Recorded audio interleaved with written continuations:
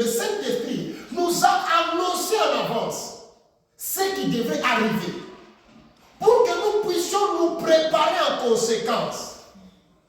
Bien aimé, ce n'est pas tout le monde que Dieu parle. Dieu ne parle pas de tout le monde. Le monde quelque part a été créé selon l'hierarchie, selon l'ordre. Et cela veut dire marcher avec Dieu. Marcher avec Dieu, c'est-à-dire avancer aux côtés de Dieu dans la foi. Est-ce que toi, tu avances avec Dieu ou bien tu recules? C'est la question que tu dois te poser chaque jour de ta vie. Il y a d'autres personnes qui pensent qu'ils marchent avec Dieu. Mais ils ne marchent pas avec Dieu. Il a déjà laissé Dieu il y a si longtemps. Parce que la personne qui avance avec Dieu dans la foi, Dieu à côté de lui dans la foi, tu le verras. Et tu verras ses fruits. Jésus nous a dit quoi? Vous les reconnaîtrez par les ailes, par les ailes. Marcher avec Dieu, ça veut dire avancer dans l'unité avec Dieu. Marcher avec Dieu, ça veut dire tout au long de votre vie, on ne marche pas avec Dieu moitié de vie, moitié de temps, moitié de la journée. Non, on doit marcher avec Dieu 24 sur 24, l'année sur l'année, 30 sur 30, 365 sur 365 jours, chaque jour jusqu'à la fin de nos vies. Mais aujourd'hui, il y a des chrétiens qui ont marché avec Dieu en Afrique. Quand ils sont venus ici, oh, il est temps de manger un burger, c'est le temps de manger un burger. Ils ont laissé, ils ont abandonné Dieu. Ils ont dit que nous avons beaucoup prié à Mangengue, nous avons beaucoup prié à Benfica, nous avons beaucoup prié à la montagne. Maintenant, aujourd'hui, ici, là, où est ton Dieu? Oh non, c'est le temps de remplir maintenant le ventre de manger. Bien aimé, tu n'avais pas marché avec Dieu. Tu n'avais pas marché avec Dieu. La Bible dit ceci, que notre Dieu il est le même hier, aujourd'hui et éternellement. Si notre Dieu, il est le même hier, il est le même aujourd'hui, il est le même éternellement, ça veut dire quoi? Toi aussi tu dois rester le même avec ton Dieu hier, comme tu l'étais, le même avec ton Dieu aujourd'hui, et le même avec ton Dieu pour l'éternité. Vous imaginez vraiment que quelqu'un qui marche avec Dieu à moitié, ça veut dire l'autre moitié va marcher avec qui? Il marchera avec Satan. Parce que si tu ne marches pas avec Dieu, sache que tu es marché avec ça, avec Satan. Alléluia. Église de Sion, je vous exhorte, ne marchez pas avec Dieu à moitié sur moitié. Mais marchez avec Dieu 100%. Marcher avec Dieu, ça veut dire, c'est être concentré dans Dieu. Alléluia. Je vais vous dire la vérité. Peut-être tu seras choqué. Les travaux qu'on fait dans le monde, ça ne dit absolument rien du tout que nous sommes concentrés dans ce travail-là. Notre concentration, c'est la vie éternelle en Christ. Alléluia. Quand je pars travailler, je pars faire un travail de main, ça me procure un peu d'argent pour manger avec ma famille. Mais ma concentration à moi, c'est en Dieu. Alléluia. Jour et nuit, je suis concentré, je rêve, je suis avec mon Dieu, je dors avec mon Dieu, je me réveille avec mon Dieu. Je pars au travail avec mon Dieu, même au travail, je prie. Tu prends ton temps de te concentrer sur la vie de quelqu'un. On ne prend le temps de se concentrer sur toi-même et sur ton Dieu. Tu passes ton temps pour prier, bien évidemment. Si tu faisais ça, arrête dès aujourd'hui, mais concentre-toi sur ton Dieu. Marcher avec Dieu, ça veut dire c'est suivre les commandements de l'Éternel. Et que vous restez sur le droit chemin. Beaucoup de gens oublient les commandements de Dieu. La Bible dit ceci, tu ne mentiras point. Alléluia. Est-ce qu'on peut nous lire Exode chapitre 20, s'il vous plaît? Vous aurez écouté un peu les commandements de l'Éternel. Chapitre 20, verset 2. Je suis l'Éternel ton Dieu qui te fait sortir du pays d'Égypte. Écoute très bien, écoute très bien. De la maison de servitude. De l'esclavagisme. Tu n'auras pas d'autre Dieu devant ma face. Tu n'auras pas d'autre Dieu devant ma face. Qui est ton Dieu maintenant? Qui est ton Dieu? Parce que le Dieu, ça veut dire c'est lui qui est au-delà de tes pensées. C'est lui que tu places en première position. Qui est-ce que tu places en première position dans ta vie? Tu n'auras pas d'autre devant me face, tu ne feras point d'image taillée, ni des représentations quelconques des choses qui sont en haut dans le ciel, qui sont en bas sur la terre, qui sont dans les eaux plus bas que la terre. Verset 7. Tu ne prendras point le nom de l'Éternel ton Dieu en vain, car l'Éternel ne restera pas impuni, c'est lui qui prendra son nom en vain. 8. Souviens-toi du jour du repos pour le sanctifier. 9. Tu travailleras 6 jours et tu feras tout ton ouvrage. Mais le 7e jour est le jour du repos de l'Éternel, ton Dieu. 12. Verset 12.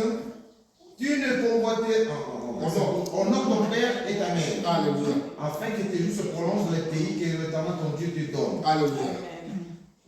13. Tu ne tueras point. 14. Tu ne commettras point d'adultère. 15. Tu ne déroberas point. Tu ne voleras point. 16.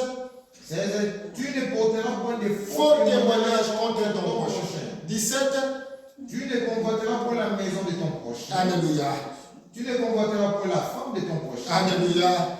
Ni son serviteur, ni sa servante, ni son bœuf, ni son âne, ni aucune chose qui appartienne à ton prochain. Allez, passez à la téléphone. Vous avez écouté les commandements de Dieu. Est-ce que ces commandements, est-ce que tu les suis? Moi, ce que j'aimerais pour vous, sinon, quand je vois ma Julia acheter même une grosse voiture, là, que nous acclamons tous nos révolutions. Amen. Hein? Amen. Quand je vois quelqu'un être en bonne santé, nous acclamons. Voir quelqu'un être marié, nous faisons quoi? Nous sommes dans la joie. Parce que nous sommes des chrétiens, nous devons être différents des gens. Nous ne sommes pas comme les gens. Quelqu'un achète un téléphone. Maintenant, lui, il a acheté, ça veut dire quoi? Ça va lui aider à quoi? La Bible dit, si tu ne convoiteras pas la maison de ton prochain. Qu'est-ce que tu convoites? La Bible nous dit que nous, les chrétiens, nous n'avons rien à envier au monde. Et la Bible dit ici encore, contentez-vous de ce que vous avez. Alléluia. Amen. Est-ce que je peux entendre un bon amen? Amen. Contente-toi de ce que tu as. Amen. Dieu te donne, dit mais merci. Dieu ne te donne pas dit encore mais merci. Car Dieu fait toutes choses bonnes à son temps.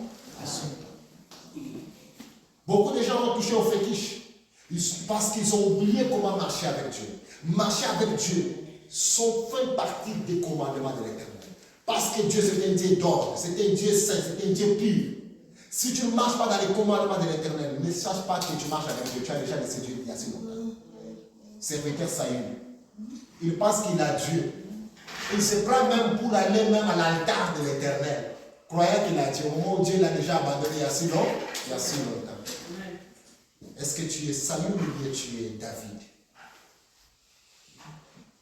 Amen. Amen. Comment marchiez-vous avec Dieu? La première des choses que vous devez savoir, tu as de la considération avec ton prochain de la considération. Vous marchez dans l'unité de l'amour de Dieu. Vous verrez que Dieu marchera avec vous. Mais quand si vous ne marchez pas dans la paix, dans l'amitié, dans la joie, dans l'amour réciproquement, Dieu ne marchera pas avec vous. C'est pourquoi l'apôtre Paul le dit, il exhorte l'église de Corinthe, il dit que je ne veux pas quand je reviendrai, que je trouve parmi vous les querelles. Que nous sillons, quand le Seigneur Jésus viendra, qu'on nous voit dans la joie, qu'on nous retrouve dans la paix, qu'on nous retrouve vraiment que nous sommes les véritables enfants de Dieu qui marchent avec Dieu. Amen. On n'a pas besoin de sonner la trompette, notre façon d'agir, notre façon de parler, que ça se témoigne à l'extérieur. Quand l'autre fait l'erreur, commet l'erreur, rapproche ton frère, rapproche ta sœur, parle avec lui, dis-lui non, ici là c'est comme ça, ici là c'est comme ça, tu as commis l'erreur, et puis nous marchons. Marcher avec Dieu aussi, ça veut dire chercher des exemples bons de gens qui ont marché avec Dieu. et imiter le bon côté. Parce que dans la parole de Dieu, il y a des gens qui ont marché avec Dieu. La Bible nous dit ceci en Genèse chapitre 5. Nous avons lu. Enoch a marché avec Dieu et il a vécu 301. Et il a marché avec Dieu et il n'avait point vu la mort. Comme il marchait avec Dieu chaque jour de sa vie, Dieu l'avait pris. Il n'avait jamais été enseveli et Dieu l'a fait monter au ciel. Vous voulez hériter le royaume de Dieu? Cherchez aussi des exemples de gens qui ont marché avec Dieu. Amen. Maintenant, toi, qui est-ce que tu lis dans la Bible ici? De Genèse à l'Apocalypse. Qui est-ce que tu lis? En disant que vraiment, moi, ma vie, je suis comme peut-être Esther. Moi, ma vie, je suis peut-être comme Naomi. Moi, ma vie, je suis peut-être comme Ruth. Moi, ma vie, je suis peut-être comme David. Moi, ma vie, je suis peut-être comme Élie. Je suis peut-être comme Agé, comme Abdias, comme Ananias, comme Saïe, comme Paul, comme Pierre.